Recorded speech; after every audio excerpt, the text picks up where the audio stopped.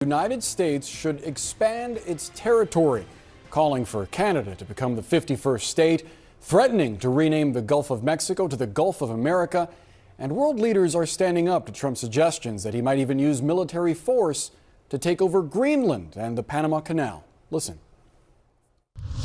Just as a matter of principle, for us it is clear the sovereignty of states has to be respected.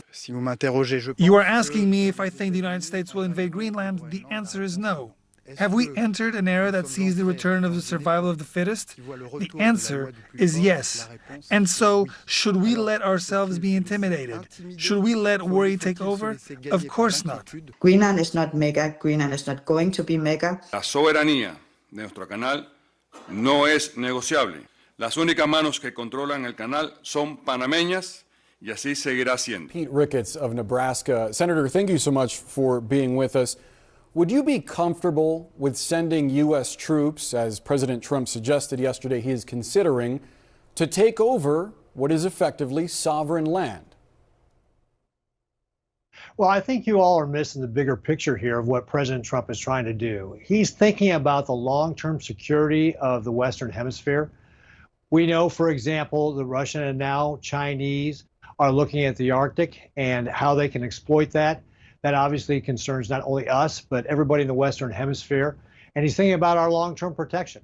Same thing with regard to Panama. We know that the Chinese Communist Party and the People's Republic of China owns ports on both sides of that canal, and that puts us at risk in a potential conflict. So he's thinking about the long-term security, and he's starting a negotiation. And that's what this is about. And I guarantee you there's a lot more people today thinking about the risks that the Russians posed to us through that Northwest Passage than were just a couple of days ago. So I do want to ask you about what you mentioned, that Hong Kong-based company that owns seaports on both sides of the Panama Canal. But I do want to go back to the question, because Trump is putting out there the idea that the U.S. military might be involved in some kind of foreign entanglement over sovereign territory. How do you square that with his campaign promises about keeping the U.S. out of needless wars?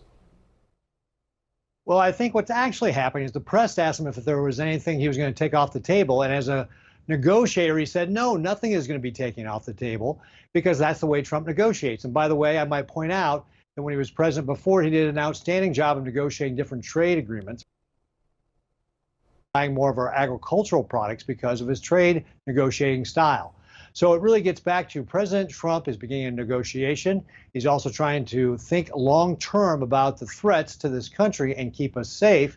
And that is what he's talking about when he's talking about Greenland or the Panama Canal. How do we keep this country safe long-term from some of the threats we see from countries like Russia and the People's Republic of China? The question of the approach to these foreign countries, is it better to suggest that you might send your military to Panama, or potentially suggest that there might be a way that we could work together on infrastructure projects to maintain U.S. influence in this hemisphere?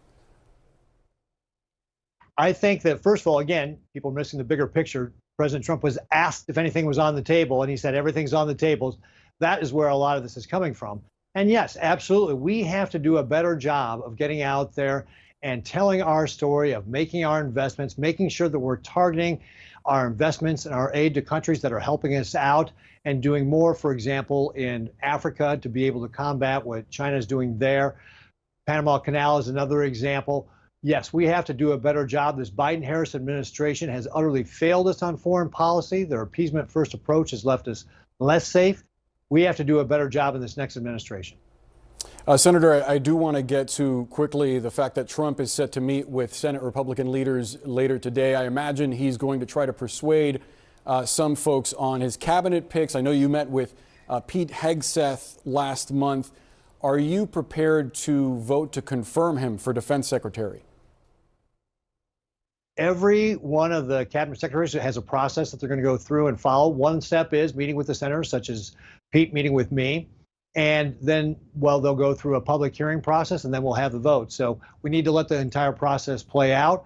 But I got to tell you, I had a very good conversation with Pete Hegseth, and I look forward to hearing what his public hearing is going to be like. And that's what will be true for all the cabinet nominees. So you are reserving awaiting that confirmation process to decide whether you will vote or not for Hegseth? Well, we have a process that every one of the candidates will go through, every one of the cabinet nominees will go through. We need to allow that process to play out. It includes meetings such as senators with me, but also the public hearing as well. And that's going to be important for all the cabinet nominees. Senator Pete Ricketts, I wish we had more time. Unfortunately, we have to leave the conversation there. We appreciate you coming on and sharing your perspective. Great. Thanks, Boris.